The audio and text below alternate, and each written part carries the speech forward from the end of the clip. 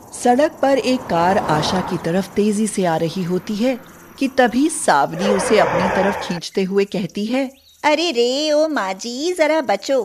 100 बरस जियो बेटी। यो कमबख्त कार वाला तो आज मुझे मार ही देता। चलो मैं आपको घर छोड़ाती हूँ। ना ना बेटी, क्यों तकलीफ उठाती सो, मैं खुद चली जाऊंगी। पर यह सुनकर सावनी कुछ ज्यादा ही अपनापन दिखाने लगती है। इसमें तकलीफ कैसी माँ जी, मेरे पास अपनी कार है, मैं उसी में आपको छोड़ाती हूँ। पर तुम मारे पर यह मेहरबानी क्यों दिखा रही हो? क्योंकि इस सावनी की माँ नहीं है और आप मुझे मेरी माँ जैसी लग रही हैं। यह सुनकर आशा आगे कुछ नहीं बोल पाती और सावनी को अपने घर ले आती है। लो, तुम यहाँ बैठो सावनी बेटी।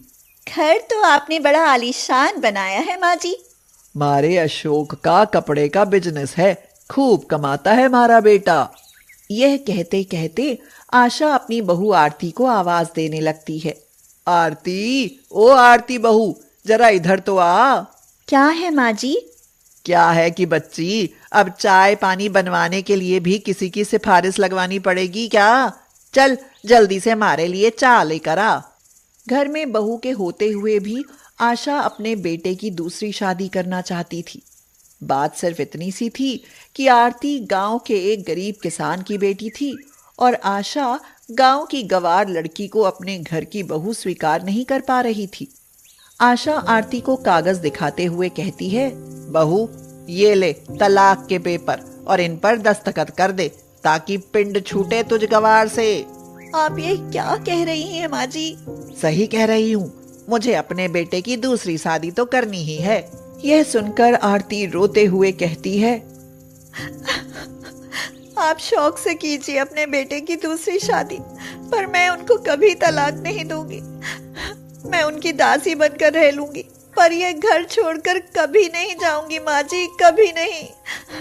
आरती की यह बात सुनकर आशा मन ही मन सोचने लगती है और कहती है, बात तो यह ठीक ही कह रही है, घर में नौकरानी भी तो चाहिए, पड़ी रहेगी घर की नौकरानी बनकर। हाँ, आशा को सावनी पहले दिन ही पसंद आ गई थी और वह उसके बारे में सोचने भी लगी थी।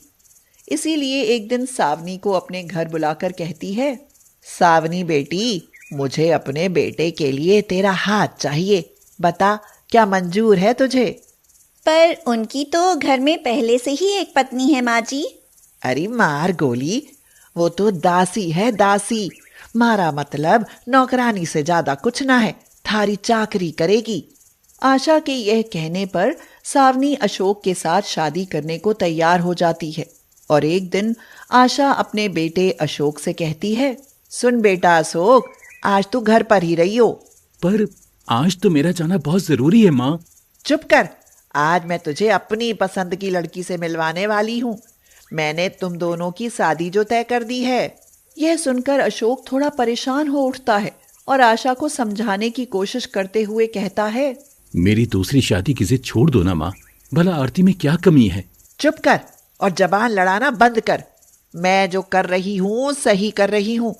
मेरी बात नहीं मानी तो तुझे अपनी शकल ना दिखाऊंगी, समझा? आशा के यह कहने पर अशोक दूसरी शादी के लिए मान जाता है और उधर मन ही मन दुखी आरती यह सब मुंह खोकर देखती रहती है। मुझे माफ कर दो आरती, मैं मजबूर हूँ। मैं आपकी मजबूरी समझती हूँ जी, माँ जी की खुशी से बढ़कर हमारे लिए है ही क्या। आशा की जिद के चलते अशोक और सावनी की शादी हो जाती है। सुहाग रात पर आरती सावनी के लिए दूध लेकर जाती है और कहती है, दूध लाई हूँ। ठीक है, रख दो और जाओ। आरती दूध रखकर कमरे से बाहर आती है तो अचानक ही रोने लगती है। हे ईश्वर, ये मेरे किस पाप का दंड दे रहा है? मेरा सारा सुख चैन किसी और की झोली में क्यों डाल दिया? ये क्या ड्रामा है आरती? इस घर में रहना है तो नौकरानी बनकर रह। बहू बनने की कोशिश की तो तेरी चुटिया पकड़कर बाहर कर दूंगी, समझी? कुछ दिनों तक तो सावनी अच्छी बहू बनकर पेश आती है और आशा को खुश रखने के लिए उससे मीठे मीठे बोल बोलती है। अरे माँ जी, चलो ना आज कहीं बाहर घूम आए। हाँ हाँ चलो, इस बहाने अपनी पसंद का कुछ खा पी भी आएंगे। बहू अमीर घर की हो तो ठाठ ही ठाठ हैं। मगर फिर धीरे धीरे सावनी का रंग बदलता जाता है और वह सारे घर पर अपना अकेली का हक जताने लगती है। सुनो आरती, तुम मेरे लिए नाश्ता बना कर लाओ और उस बुढ़िया से कहो कि घर की साफ सफाई में लग जाए। आज मेरी कुछ फ्रेंड्स मुझसे मिलने आ रही हैं।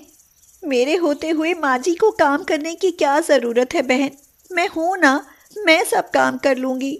यह सुनकर सावनी को आरती पर गुस्सा आ जाता है और वह उसे डांटते हुए कहती है, आज से जो मैं कहूँ वो करो, समझी? तेरी माँ जी कोई लाट साहब नहीं है जो काम ना करें। आशा को सावनी का यह रूप देखकर बड़ी हैरानी होती है और साथ ही उस पर बहुत गुस्सा भी आता है। वह आपे से बाहर होकर सावनी पर रोब दिखाने की कोशिश करती है और कहती है, तेरी यह मजाल कि तू मारे से काम कराएगी, रानियों की तरह बैठकर मारे पर हुक्म चलाएगी। मैं तुझे इस घर से नहीं निकाल दूंगी क्या? हाँ, चुप कर बुढ़िया, अब यह घर मेरा है और तुम दोनों को वैसे ही रहना पड़ेगा जैसे मैं चाहूंगी। चलो लग जाओ काम पर। मजबूर होकर आशा काम में जुट जाती है। आरती को उससे काम कराना अच्छा तो नहीं लगता था, मगर वह सावनी की इच्छा के खिलाफ भी तो नहीं जा सकती थी।